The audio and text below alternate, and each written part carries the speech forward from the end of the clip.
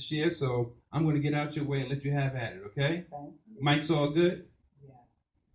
See, let's give it a check. Check. All right, she sound good? She checked it. All right, now. Okay. First of all, I just want to thank Sir Charles because I didn't know him. I just went to the Progressive Black Caucus last year, and I was looking at people's book designs in the exhibit hall, and he had this fancy one, and I said, well, sir, how did you do that? And he said, oh, my publisher did it. And so I was so green, just trying to figure out how you get your book into the caucus exhibit hall. And he said, give me your card, and I'm going to contact you when I do something. Several months later, he did. And that is how I got to be here today. And I just want to give him credit for putting this event together and for giving all of us an opportunity to share with you information that we have. Because I think each person who's here has something that will touch somebody. And so that's why I'm here today. I'm not here as a doctor today.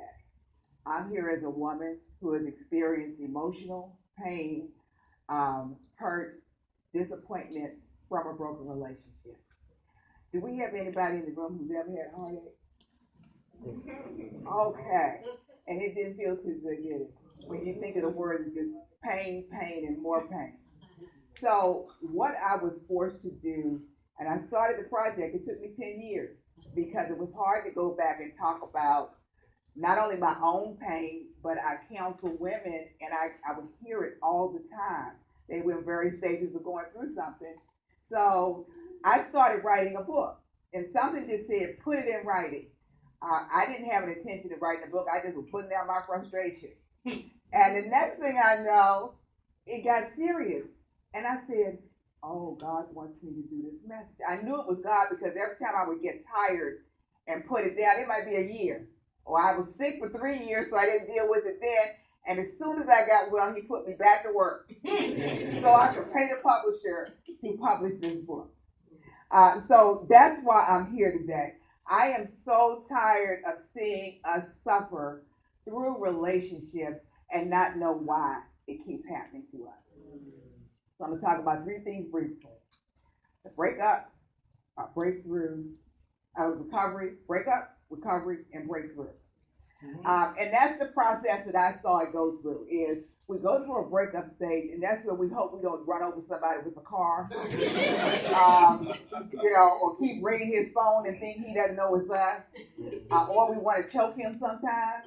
So, a lot of things can happen during that breakup stage because we are very emotional. But what I seek to do is to teach people how to get through that stage with your dignity intact. You don't want people to say, that's that crazy woman, and everything goes on television now. What is that, internet and all of that? So I help people get through the breakup, and then some people stay there a long, long time. Anybody ever been stuck for a long, long time? Yeah. Pining over somebody who has gone on to somebody else? All right, so then my job is to move you into a recovery period, because there really is life after a breakup. And the recovery really has to do with you.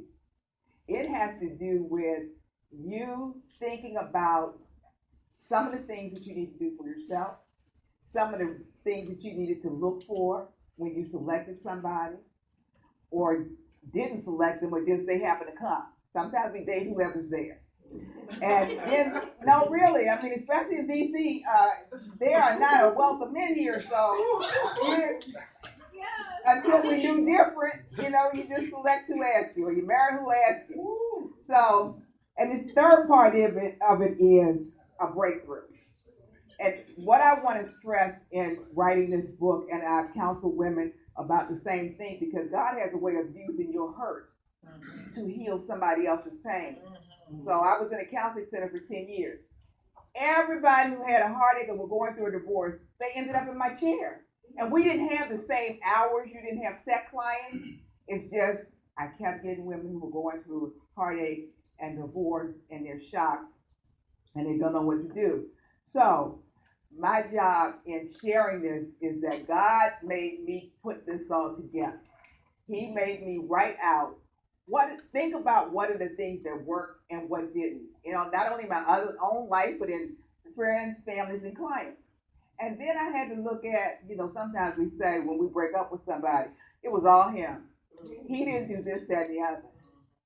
But we don't think about, well, what did he do to cause us to get to this place in the first place?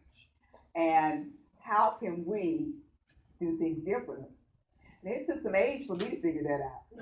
Because we keep doing what we know to do. But in time, I had a breakup that I thought I was going to really roll all over the floor for. I really loved that man, at least I thought I did. And I said, oh, goodness.